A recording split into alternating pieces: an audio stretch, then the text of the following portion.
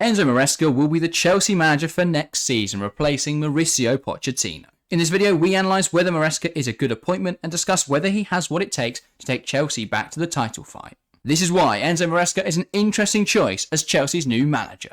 Alright, let's talk about Enzo Maresca then, the current Leicester City manager, will now be joining Chelsea. Harry, is it a good move? No, it's really not. And I hate this. Coming with the optimism immediately, aren't you? No, it's really not. And yes, he has been involved in Premier League clubs before, but this is a huge step up and the wrong decision for Chelsea. Potentially, I might warm to him. I think maybe I'm just more frustrated at losing Poch than gaining Maresca. But to replace somewhat a manager like Poch with Poch's pedigree and his experience, to replace that with Maresca is a very interesting decision. Well, we'll save your pessimism to the end. Let's have a look at some of the strengths then of Enzo Maresca joining Chelsea. Now, obviously, you mentioned there his Premier League experience. He has coached in the Premier League before. He's not managed, and that is, of course, a different role, but he has coached. He was assistant to Pellegrini at West Ham. He was assistant to Guardiola, obviously, at Manchester City, and he also was the Man City U23 coach where he won the PL2. So he's got experience working at Premier League clubs. It's not like he's massively naive and he's built his way up the pyramid and has no idea how the Premier League works. He's been here before, he's worked alongside managers, but a lot of his solo exploits haven't worked out. We saw at Parma, obviously, in Italy, how he massively flunked there. This season, though, at Leicester, much more positive, obviously dominating the Championship. Yes, they had a second half of the season slump, but the fact is they got the most wins in Championship history with 31. They conceded the least goals this season with, I believe, 41. They've been really, really solid this year. Yeah, 100%. And, this is another example of someone who has learnt a lot under Pep Guardiola. But you have to give Maresca credit with what he's done. As you say, it's not gone very well for him when he's, been the manager at different clubs, but he got it right at Leicester. He won the league. I mean, majority of the season they were winning it by a canter. You have to give him credit. That was a fine work. He's done really, really well to get them to the Premier League. And I mean, well, now obviously he's not going to help them once in the Premier League. But yeah, really, really strong season for Leicester. Strong season for him. They played good stuff. You have to commend him on that. Yeah, worth mentioning as well, a 68% win percentage at Leicester is incredibly strong. And obviously you could say it's, one season, there's so many mitigating circumstances. The fact they had the largest wage bill in the Championship by quite a significant figure. I believe it was like double even Southampton's. Yeah. So there is a huge difference there, and they were able to spend so much more money. But equally, he is coming into the Premier League in a Chelsea side who should be able to spend comparatively more than anyone else. They've got quite a relatively low wage bill at the moment, but they have spent a lot of money on players. So clearly Chelsea have that investment. And similar to Kompany getting picked up by Bayern Munich, I feel that his principles will translate better when you've got a side like Chelsea who will understand his philosophy a little better. Now, let's talk tactics, because I think a massive perk of Maresca is that he plays like Guardiola. I think the fact that they have a very similar style of play definitely benefits him because it's possession focused, and we know that's what elite clubs love at the moment. We know that's what dominates football landscapes. So let's have a look at the tactics then. A 3-2-4-1 in possession is how it's going to look. Obviously 4-3-3 in general. Now, how that differs slightly from Pochettino is Pochettino plays a 4-2-3-1, meaning you've got Enzo and Caicedo in a double pivot. Now, the immediate thing is that Enzo will push forward and be one of the two eights, and Caicedo will be a single pivot. Now, Caicedo has struggled in that role before. Is that a concern, Harry? Or, given the inverted fullback, could that be mitigated? I mean, I trust Caicedo. Yes, he has struggled in it before, but to be honest, I think he struggled to start with when he first joined Chelsea, but we've seen towards the end of the season he's really come to life. So I think wherever you play him, wherever he seems confident enough now, and we're starting to see, the player that Chelsea spent all that money on. He's starting to come to fruition, and I mean, I think he'd be okay. I think he's had a really good season at Chelsea, to be fair, Moise Caicedo, and I think in this system he would work. The big thing around this tactic is obviously the Guardiola shape, which involves an inverted fullback. Now, in terms of which side will invert, I expect it will be Mark Cuca around the left-hand side, because we've seen him do that under Poch, and we've seen that work quite nicely, and I think both James and Gusto could play as a right centre-half and a situational back three. So I think that would work out quite nicely. Now, I've seen, obviously, if you want to go and watch the coach's voice video on Maresca, that was really interesting to watch him break down why he does certain stuff at Leicester. But basically, his explanation for inverting the fullback is that it helps to defend a transition, because it means you have that double pivot there, and that offers you a little bit more defensive stability than if you've got a flat back four, both your wing backs are pushing, something like that. It gives you a little bit more stability having that 3-2 rest defence. So that's understandable. Obviously, it offers an extra man in midfield as well. So you get that box midfield shape, and against a 3-man midfield, you're always going to have an extra number in there. And then they've either got to drag someone else in to try and contain that shape, or they leave a man free. So that could be they pull someone out of the back line and there's more space in the back line. It could be if they're playing a 4-4-2, for example, they drop both of their strikers. So in which case, you've got loads of space around the back to move the ball. So there's definitely options in those sorts of situations. I think Chelsea would have more shades of an elite side if his tactic works. Yeah, and it's a hard one, because for me, it's a great tactic. We've seen it works, obviously. Look at what Guardiola does. But it's just, I'm not here to count passes or to, count how much of the possession you have or how many times your goalkeeper touches the ball. I don't know. The thing is, obviously, with City is that they have Haaland up front and he'll score the goals, and they'll sit there, they'll bore the opposition to death for 60 minutes, and then they'll score 4 goals into the game. But will Chelsea do that? And Maresca's got to get that to translate to Chelsea. Yes, you might have ball the opposition for 60 minutes, but when it comes down to it, will there be end product? And I don't know. It's hard for me. Obviously, as more tactical fans of the game will absolutely love this, the way he plays. But for me, it's not the football I want to see at Chelsea. But you have to, again, Maresca, obviously it works very well. I would say he's come up with it himself, but he hasn't. Let's be honest. He's adapted it quite well. His ideas are correct, and they're probably going to work. Yeah, it probably will work, but I don't know. Is it the most enjoyable to watch? No. Does it get results? Yes. So, and you've got to remember that the decision makers, the directors, they're in the results-based industry. This is a business for them. It's not an entertainment industry where they're trying to entertain the crowd. Obviously, we'd love to see everyone play these ridiculous high-pressing, everyone's running around systems, but at the end of the day, it's a results business. This is what gets the results. If this means Chelsea are back in the top 4 and winning games, I think the sentiment will be that it's a really positive effect, a real positive change than playing what could be considered more attractive football and losing, because nobody wants to lose. Yeah. So I definitely think that there is that playoff there. In terms of who will invert, now I think the bigger question is what does this mean for the other players? Because if you invert the right back, then James could do that quite comfortably. But Malo Gusto does not fit that kind of role. In my opinion, I don't think he suits that kind of role. And the same on the other side. Cucurella seems to be really comfortable with that.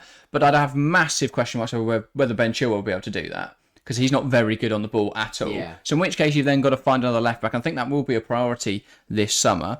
I also don't really know what we do with Martson, because I think he could do that role quite nicely. But it's just whether or not we want to teach him to do that, or just sell him to Dortmund for £40 million and get the pure FFP profit. That'll be interesting to see. But I think that's the bigger question. I think it will be the left back that inverts, because we've seen it. We've seen Leicester use both sides. They had Hamza Chowdhury inverting at one point in the season. I think it's been Pereira for most of the rest of the season. So they have used different players in that role. I think it will likely be the left back though, because we've seen Cucurella do it before. Yeah. And Reece James in that situational back 3. Yes, we lose his attacking abilities, and that is a massive shame because he is one of the best crossers of a ball. But if it works the system, similar to Kyle Walker's a great deliverer of a ball. He's a great crosser, but City don't utilise that because they've got other players that can do that. Yeah. Whereas they need him in the back line. I think James would offer a lot in there. The other big question mark is the goalkeeper, because Jorge Petrovic, I like the bloke, but he's massively underperformed his goals prevented. He has, I think, underperformed by about 6. So there is question marks there over his goalkeeping, and he's not really very good with the ball at his feet. And that's a massive problem, because obviously Leicester play like Man City. They play with their goalkeeper pretty much outfield. We know Ederson finds himself in midfield sometimes. Yeah. It's very similar. In build-up, we often see Hermansen for Leicester push up into a centre-half role. So they'll have what creates a back 4 in theory, because your fullback will have already inverted. And it does make sense at Chelsea, because if you had a goalkeeper that can push into one of the centre-back roles, then you've got Carwell, the left centre-half, can play at left-back, Reece James, the right centre-half, can play at right-back. And then you would assume it would be Disasi at the moment, but possibly Fofana in that central centre-half role or right centre-half role, depending on how you look at it. And then he'll be able to go between the two and the goalkeeper pushing up into one of those in build-up. So that's definitely something interesting. Now, that is an issue because Chelsea are going to have to buy a goalkeeper and they're not easy to find. I have seen that Chelsea are linked with Philip Jorgensen, which I think is a good...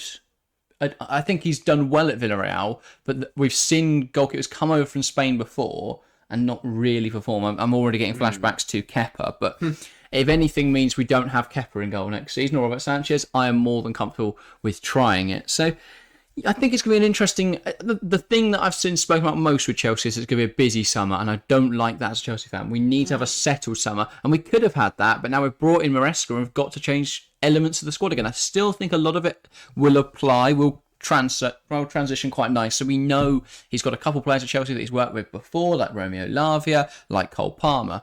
I think they'll suit his football quite nice. I did see someone say that Lavia could play as one of the eights, which I really don't understand. I think he would rotate with Caicedo in the six, but I guess we'll see what happens there. Let's talk weaknesses then, because this can't be all positive. There is definitely some weaknesses. I think one of them is the fact, well, this could be viewed as both, so we'll get on to some of the more harsh weaknesses, but one that could be viewed as both, either strength or weakness, is that he is very outspoken. Now, I don't mind this in a manager. I like a manager that's quite outspoken, that will speak his mind. The issue is, one, the directors don't. We saw Pochettino would speak his mind in the media. We saw how he spoke to the directors, how he wanted more control. He wasn't going to get that, and the directors didn't like that. Didn't like that he was so outspoken. It's also not common at big clubs to have someone who handles the media in that way, and I do think he's got a little bit of not a temper, but he needs to have a thicker skin because he does react a bit quickly when he is criticised or when he is judged by the media. And if you're managing an elite team, you've got to be able to handle that criticism because that's the pressure that's on you in that role. And I do have fears that he's not ready for that kind of role yet. Yeah, and I mean, my biggest thing with it as well is that a top side, being outspoken can suddenly turn into making excuses and blaming other people. We've seen it at United. Yeah, exactly. Look at Eric Ten Hag. He sits there and he's an outspoken person, but as he's been put under more pressure and as the job's become tougher, he's started to make excuses and blame other people. Yeah. If Maresca comes into Chelsea and things don't go right, which I wouldn't be surprised if they didn't, because look at how Chelsea are going at the moment. Every manager seems to come in and start really poorly. Actually, time, but the problem is they're not afforded that. But then he'll come in there and he'll start blaming other people and he'll start losing it and then he'll get the pressure will get to him. You cannot afford to do that because two things happen. Then obviously everyone on the outside can see what it's like. Like, everyone on the outside gets an understanding of how bad the situation is. Yeah. But also, that dressing room, he will lose it immediately if he starts if he starts blaming people and making excuses from, as soon as he gets in that role. Do you think there's already an issue with respect in the dressing room? Because 100%. he's not someone who carries a name with him that holds weight. I do think that it's mitigated by the fact Chelsea have quite a young squad. I think Chelsea is the perfect role for a young manager. Because for a lot of young managers, if you're in your 30s, early 40s, you're the same age as a lot of the players for big teams. But at a club like Chelsea, where they've got one first teamer over the age of 30 or something ridiculous like that, you don't have that same issue. So I do think this is probably the best role for him. We saw Arteta. He went into Arsenal. Yeah. When players like Aubameyang and Lacazette were there, they questioned him. They really pushed him on his authority because they're very similar age players. They played against each other, in fact. So I think that can be an issue. But what we saw is once Arteta got rid of those players and brought in young players who really, really committed themselves to Arteta, really, believed in his system, we saw that work out really nicely. So I do think it could be a good fit. And I definitely think the owners are basing a lot of their expectations off of that Arteta move to Arsenal. My biggest question mark is, though Arsenal haven't won a Premier League, Arsenal haven't won a Champions League, they've got an FA Cup title and I want to say a community show that started the season. For me, that's not representative of a side. It's United City in the FA Cup, in the Community Shield, isn't it? No, they won it this season. I mean, this season they won the Community Shield. So they've not won a whole lot yet, and that's, for me, is because Arteta's too similar to Guardiola, and you're never going to be able to beat him if you play the same stuff. So I do have that fear of Maresca. Obviously, that is helped out by the fact that Guardiola is going to likely leave at the end of the season. But if he can't beat Guardiola, he can't beat Arteta because they're the same person. So that, for me, does represent a real issue, because if Chelsea want to compete for Premier League titles in the next few years, they're going up against Arsenal, who I don't see dropping off anytime soon, with the exact same style. Yeah. Now, that, as we've seen, is difficult then to get ahead of them because you're not going to have any advantage. You play the same stuff. So when you play against them, it's likely going to be a 0-0 draw and everyone's going to bore themselves to death. And when you're playing against other teams, you're likely going to get the same sort of results because you've got similar quality of squad, similar tactics. It's going to result in a similar result. So I do think there are some big issues there.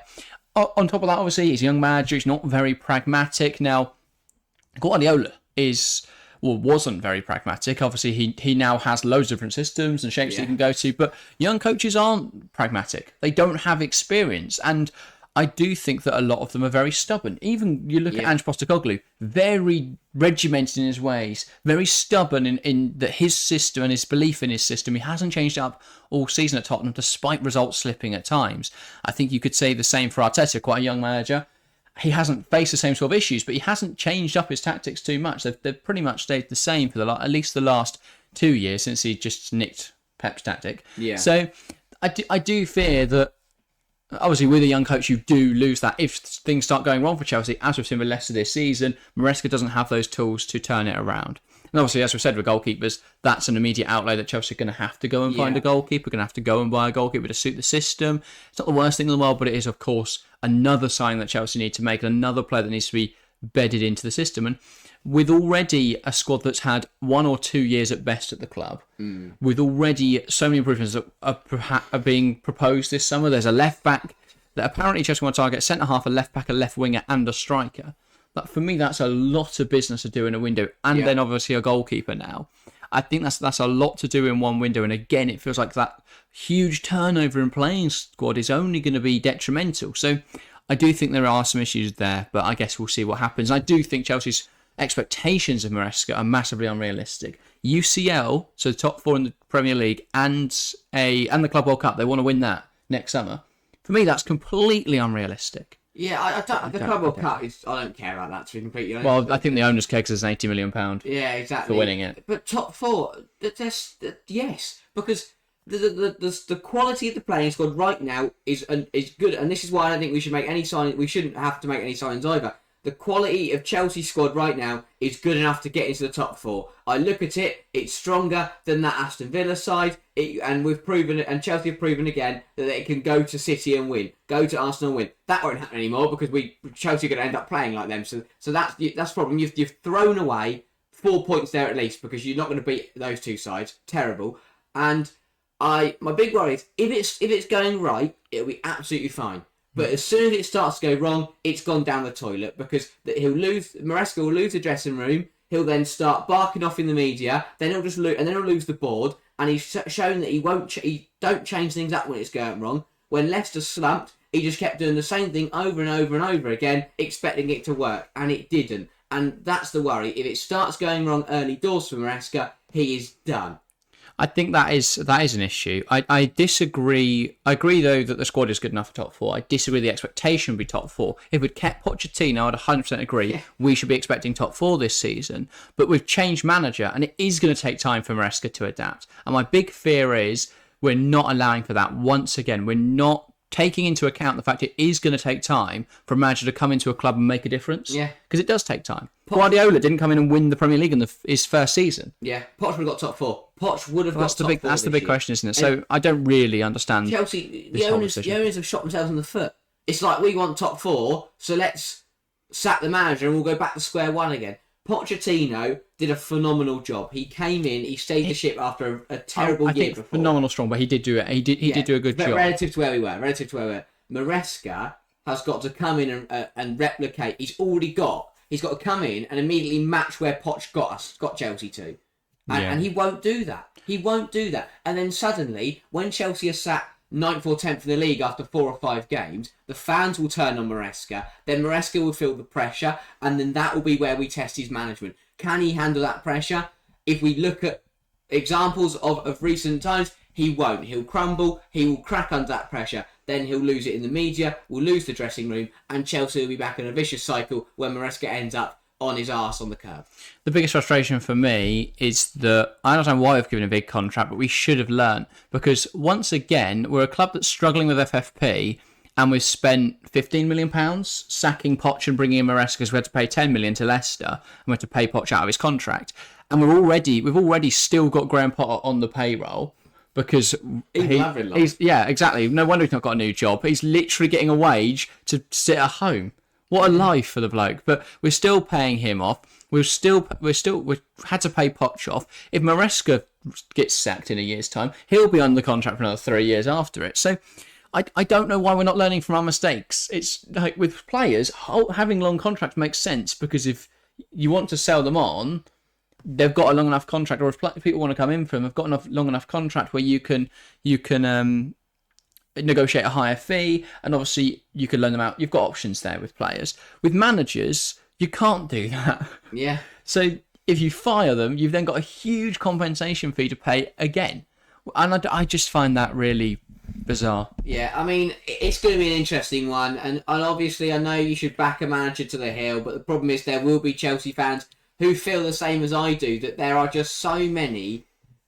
I think the first problem is, to be honest, I had questions about Poch to start with. I think a lot of people and still did at the end. Proved me wrong incredibly. And the problem is because Poch did that, I've now got more reservations about Maresca. There are so many red flags about the bloke, not in terms of his dating life, but his managerial career. And it just looks like a recipe for disaster, and it is so frustrating when Chelsea got back to sixth, back to where they relatively belong, and it feels like the board have just knocked us all the way back down to the bottom. It's all a matter of perspective, isn't it? Because if you look at it and go, well, we've only qualified for the Conference League and we lost both cups in the final and semi-final, we're massive bottlers. Or you can look at it as we finished sixth, which should have been Europa League, and we got unlucky in the fact that Manchester United somehow won the FA Cup, which, fair to them. They won that fair and square, but ultimately that wasn't expected. Sixth is usually Europa League spot. So we got into there. We got to two cup finals, a cup final and a semi-final of competitions we were knocked out of much earlier last season. Yeah. So I think there are huge positives. So it's all a matter of perspective, because if you think of it next season as if English clubs do well in the Champions League or across Europe again, then that fifth place should be a Champions League spot. And that's a one-place improvement for Chelsea. So I think looking back at Poch, it's all a matter of perspective. And I think that we might get to the end of next season with the same feeling as we had when we sacked Potter, in that we've just wasted another period of time because we were too quick to sack a manager. I understand why the owners have gone for it, have decided this, because they didn't really like Poch. Poch was very outspoken, and there was a bit of animosity there because he was former Chelsea, and there were a lot of Chelsea fans couldn't get on board with him. But I think ultimately, at the end of the day, if you're looking at it from a purely results-based approach, well, the tactics seem to come together towards the end of the season. All the underlying numbers point towards Chelsea being a top four side, and they finished in sixth place in the Premier League, which when they were 12th last season, that's a huge improvement. So I don't really, therefore, understand when they say Maresca's a results-based, a business-based signing, why that doesn't make any sense, because then you shouldn't have sacked Pochettino. It feels much more personal with Poch rather than actually numbers-based and business-based. So it's an odd one. I think it's going to be interesting to see. Maresca might be highly successful at Chelsea, and I've got faith he might be, but there is also that feeling that it might all go wrong again. And there's not many seasons left for Chelsea to keep getting it wrong, because FFP is going to start catching up with them, and Chelsea are going to have to sell off players. And at what point are Chelsea no longer a big club anymore? This, for me, is the pinch point. If Maresca goes wrong, we might not have the infrastructure in 12 months' time to be able to go and spend £500 million on the best children in Brazil.